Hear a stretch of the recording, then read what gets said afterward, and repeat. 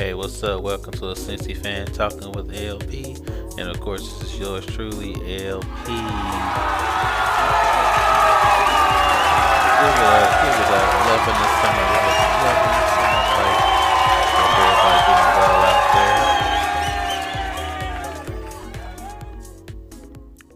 there. So, what's good, y'all? Happy y'all stopped past to check me out. Definitely appreciate it. Hope y'all staying cool out there, man. It has been blazing outside. My dumb behind out here cutting grass and all of this nonsense. It's whatever, you know. Might as well go ahead and knock it out. Um, Appreciate y'all stopping past. Appreciate all the love and support for all y'all diehards out there checking me out. Appreciate it. Um, we just gonna go ahead and get right into it.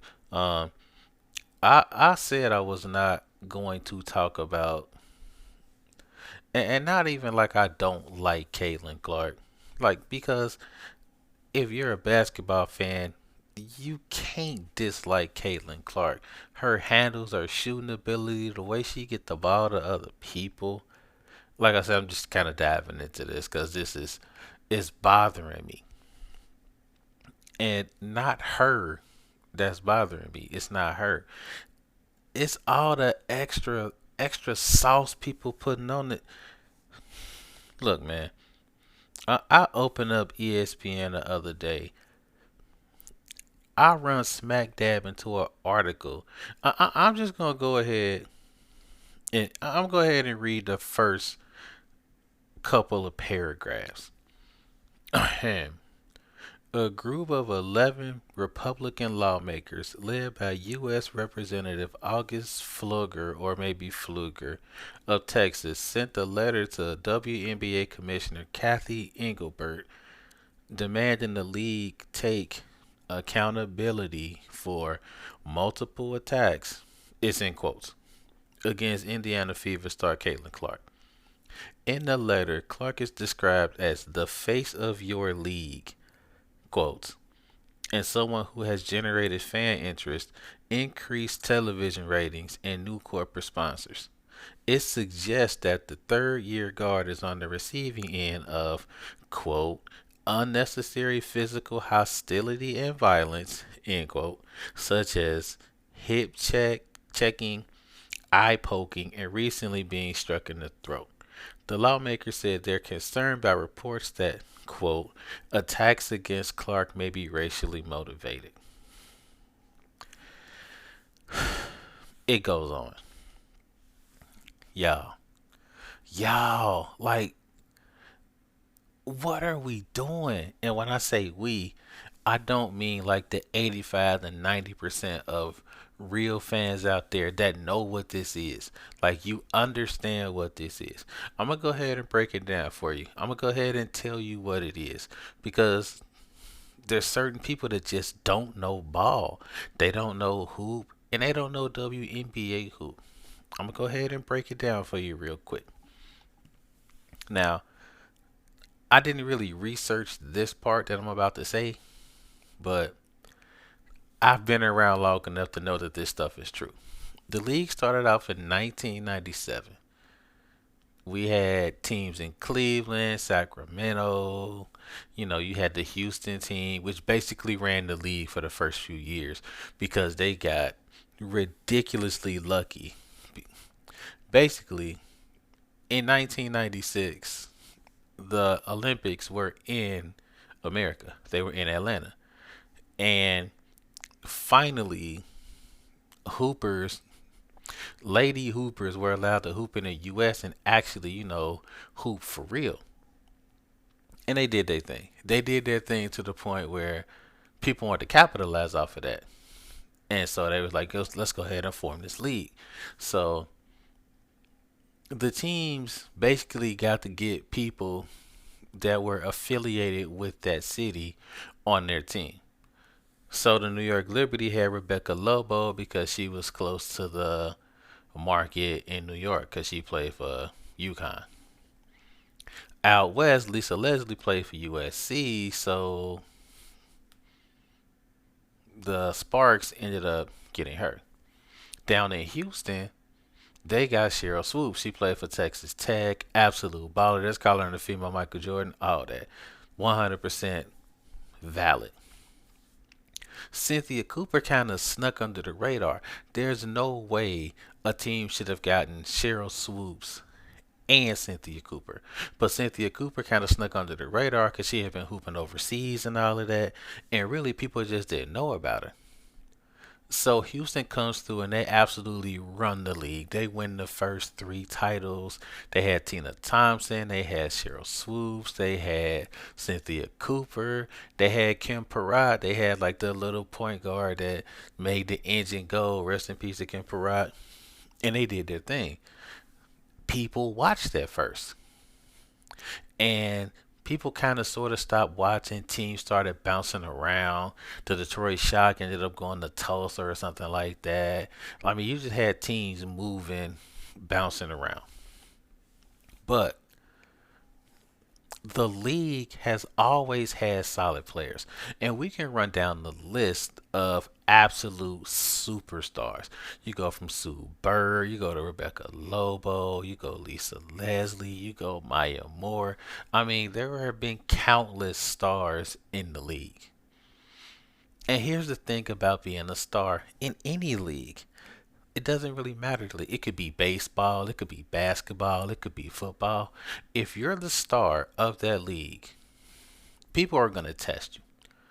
The Jordan rules were created to basically put Michael Jordan on his ass as many times as humanly possible until he stepped up and understood that he had to build his body differently to take the physicality of playing against a Cleveland, playing against a Detroit. It's all in the game. And I would put Jordan not really in a different class, like Jordan, Kobe, people like that. When people feel like you get the spotlight and you haven't earned it yet, they're going to test you. They just are. And it really doesn't matter what your color is. Larry Bird went through it, Magic Johnson went through it. It doesn't really matter who you are. If people think you haven't earned your spot yet, even if you have, they're going to test you and make you earn it on the court.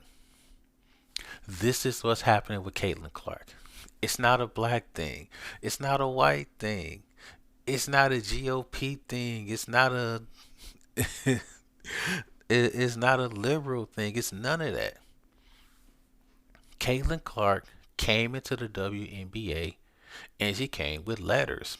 She came she came vetted. She came fully equipped to handle the league. That's why she got drafted first overall. That's why she has all the eyeballs on her. And she has the whole package. She really does. If you say she doesn't, you're hating. Point blank. She has the handle. She has the passing ability. She has the deep range three. She can put a team on her back. However, when you come into a competitive league, especially a league like the WNBA, where these girls are physical, that's the game. That's the game they play overseas. They brought it here. You're gonna catch elbows. You're gonna get pushed. You're gonna get... Look, man. I told this story before. Just kind of like to help you understand how physical the league is. My first summer at Ohio State, I decided to stay on campus. I didn't go home. I'm working at the rec center, just loving life. We would have popping up at the rec center, we would have women who play overseas. They would come up to Ohio State to kind of get their work in, run with the boys, keep their skills sharp. I think it was like Pee Wee Johnson or something like that. They come up and they pushed harder than us. They were like, they were checking people. They were elbows, all of that. I try to cut to the lane or something like that. I feel women just pulling at my shirt, pulling me back. You think I'm about to be like, hey, hey, get off me? That's not fair. Ba- Basketball is physical like that. It's like that. That's how it goes. And To bring it back to what I'm talking about, you put Caitlin Clark in the league with an Asia Wilson, with a Paige Beckers who just got there, but she does her thing. With a Dewana Bonner, like you have all of these players, like a Kelsey Plum, like a Boom McKay, like Skylar Diggins Smith. You have all of these established stars, and they're like, okay, Caitlin, you might be like that, but you got to prove it. You have to prove it on the court, and she's proving it on the court. But they're not just gonna give it to her for free. They're not about to be like, "Hey, people are watching you, so let's not foul you." Nah, that's crazy as hell. It doesn't work like that. And Caitlin Clark's not the one complaining about this, y'all. She's not the one that's out here going like, "Hey, people are watching me." And I don't know why I made that voice so deep. I don't know. She's not like people are watching me, so you should let me cut to the lane. She's a competitor. She's worked hard all her life. She's like, I know it's not given. I know it's earned. I understand that. So she's coming ready to ball. She's never complaining. Here's what it boils down to, y'all. This boils down to two things. Number one, Caitlin Clark's a good guard. She's a very good guard. She's not to the point where she's not like the best guard in the league. And she knows that. She still has off nights. She still has nights where she can do things better. She'll automatically tell you she's not perfect. But she's one of the best guards in the league. Her fans are nuts. That's what it boils down to. We have a player who's getting closer to being great, but her fans are nuts. And a lot of her fans, uh, let me rephrase, a lot of her new fans, the ones that just found out the WNBA was a competitive league because they're watching her, they don't understand ball. They see her get hit and they're like, oh my God. They see Alyssa Thomas. Now, nobody's defending what she did. Let me put it out there now. Nobody's defending Alyssa Thomas putting her fist into Caitlin Clark's neck to stabilize herself to get up.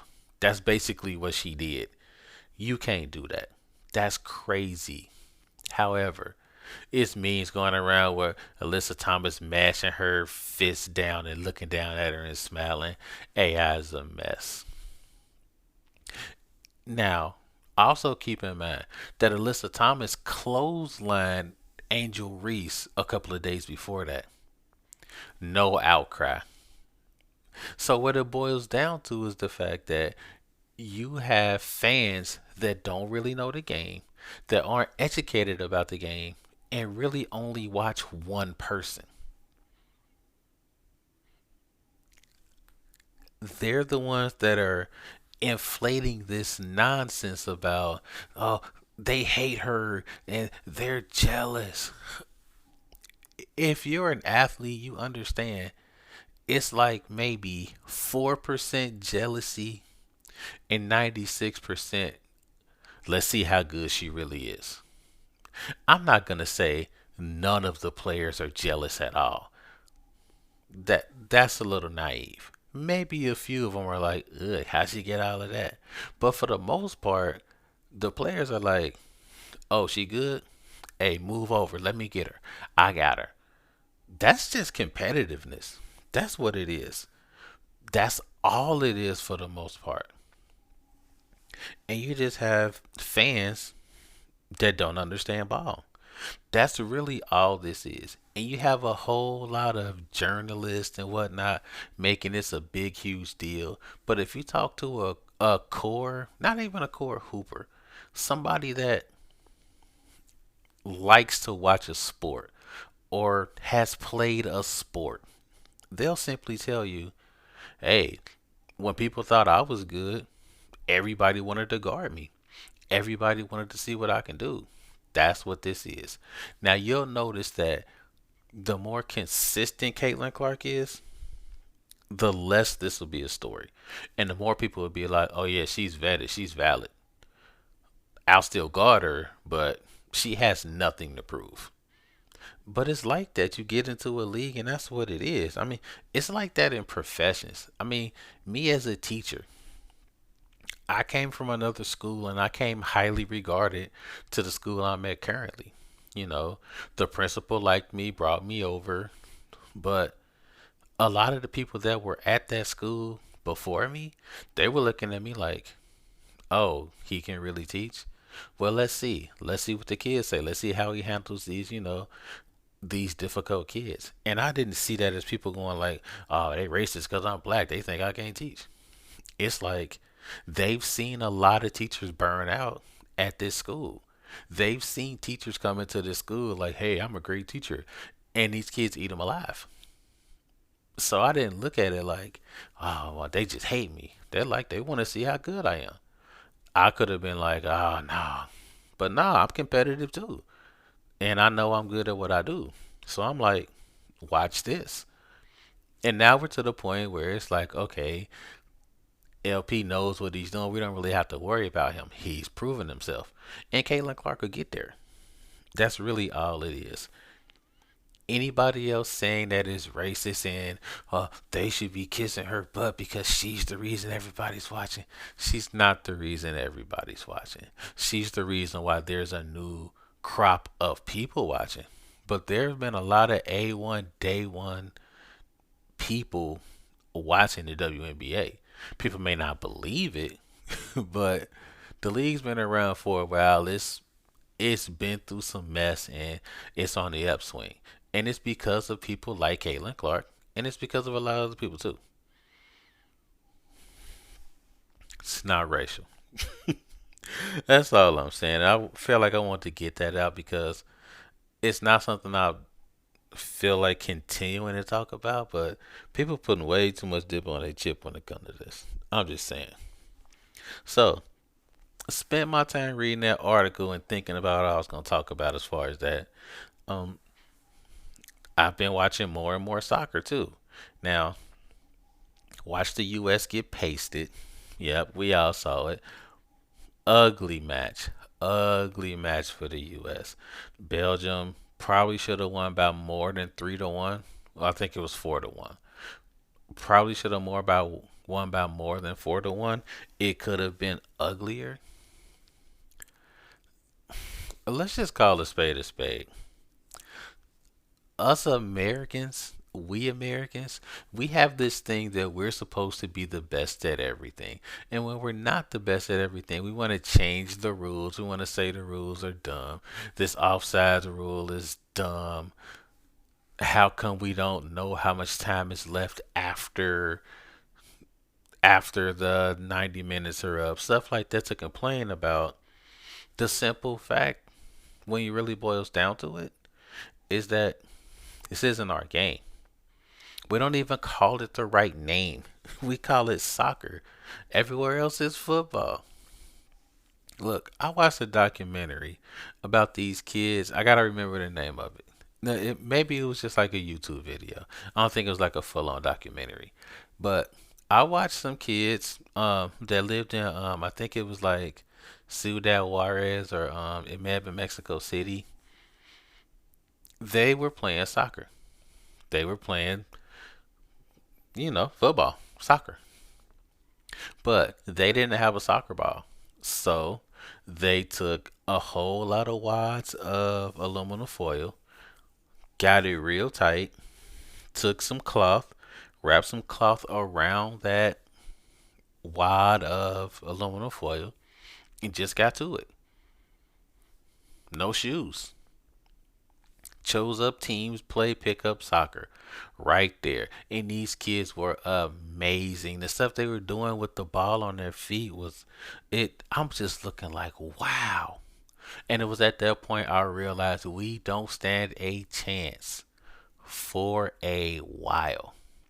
In order for us to get to the level of the European powers or the South American powers, it's going to take an entire shift on what we do because we've taken a sport that's not American and we've tried to Americanize it.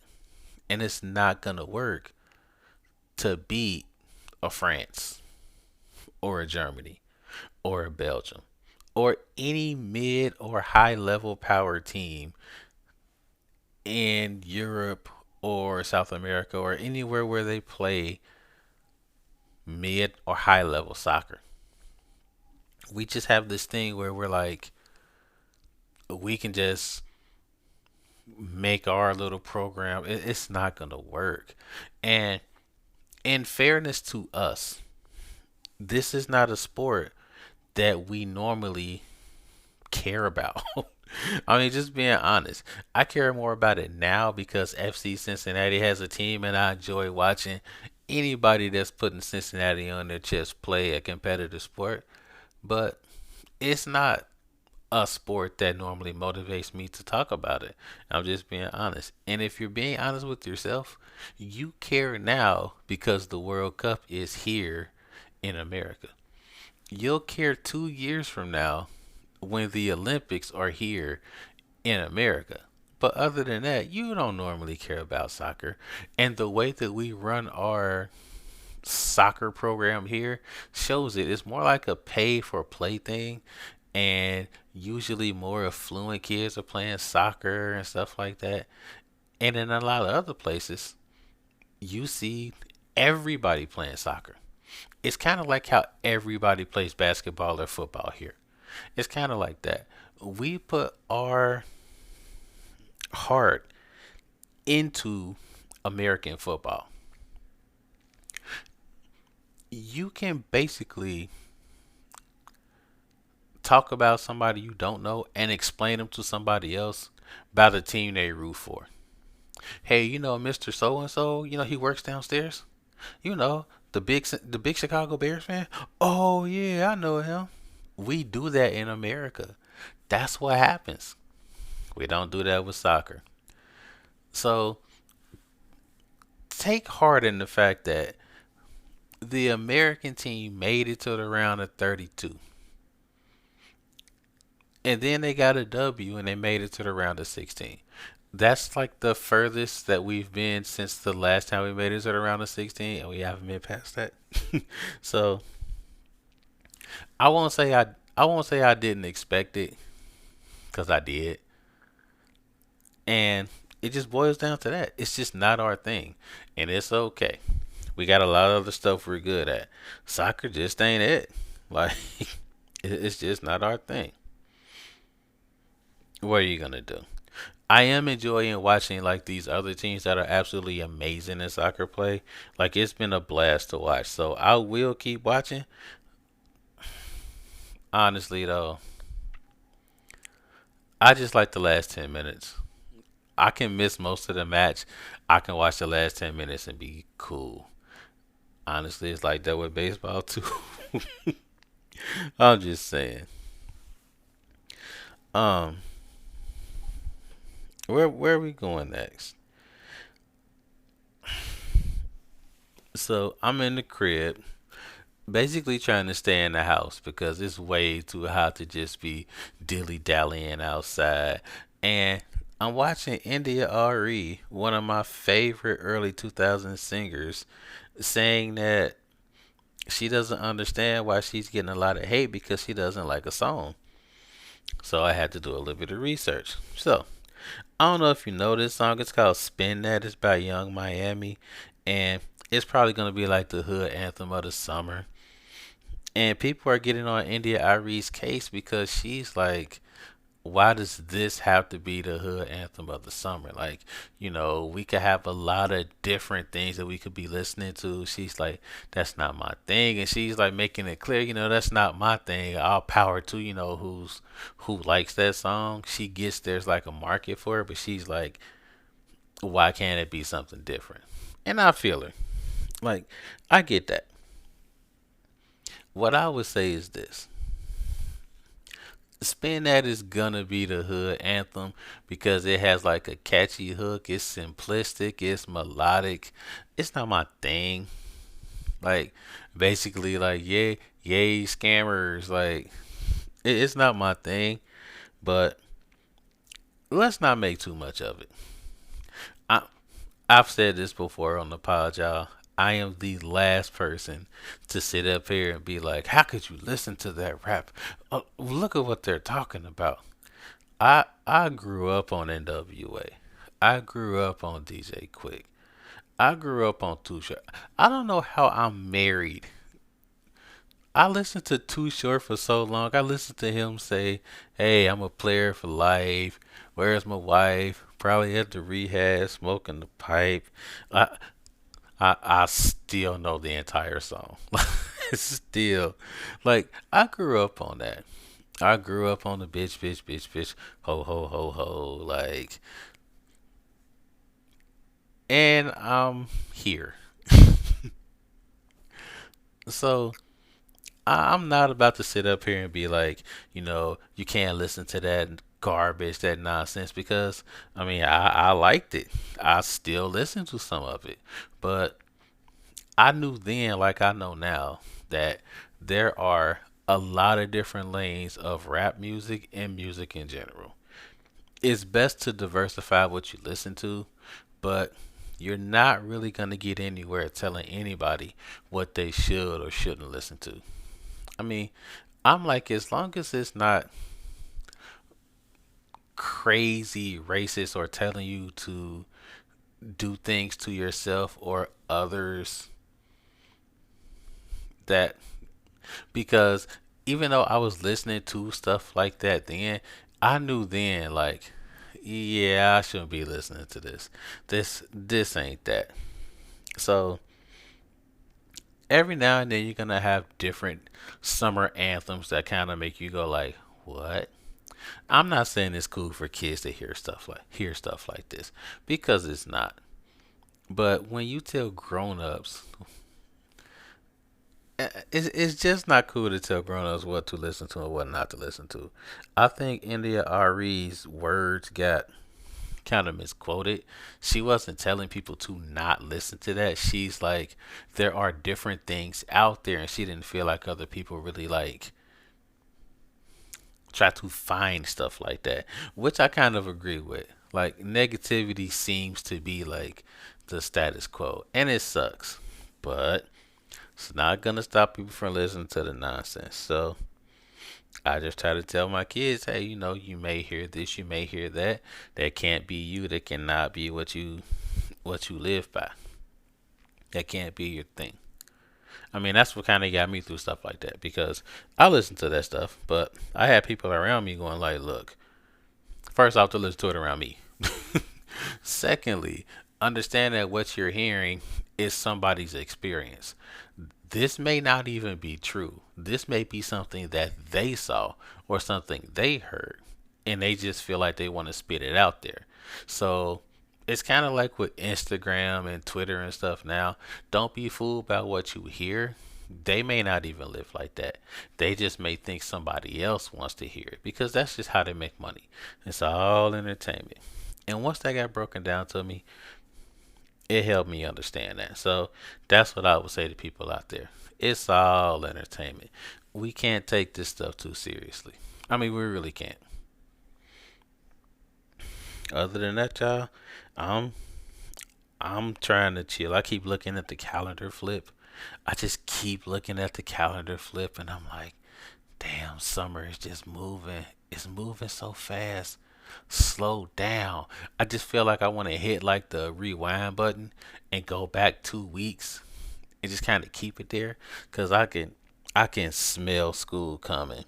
I'm starting to see the emails drift in a little bit, reminders about dress code, and uh, it's coming. I'm trying to make every day great, even if the even if some days I'm just chilling in the house, chasing the kids, doing karaoke with them. Like, I'm just trying to chill as hard as possible because it's like once the school year starts, it's like boom, boom, boom, boom, run, run, run, run, run, run, run, learn, learn, learn. Got to do this. Got to get ready for that. So I'm just trying to kick it as much as possible. But I smell school and I hate it. I'm trying to get on my games, trying to play my college football 27 and all that. And I hate where gaming is because it feels like you got to buy the game. Then you got to buy other stuff for the game. Like, I'm about to get on my old man stuff. Like, what happened to the days where you just bought a game and you had the entire game? You paid your $30, $40 and you had the whole game. You didn't need updates. You didn't need none of that. You had the whole game. Pros and cons to it. I mean, I remember being on the phone with the homies, like, I'm playing the game, they playing the game. We used to say stuff like, "Dang, don't you wish we could be in like different places in the city? You could be at your house and I'm at my house, and we can play the same game together. Wouldn't that be crazy?" Like, we used to be like in a fictional world, like we could just be playing against each other.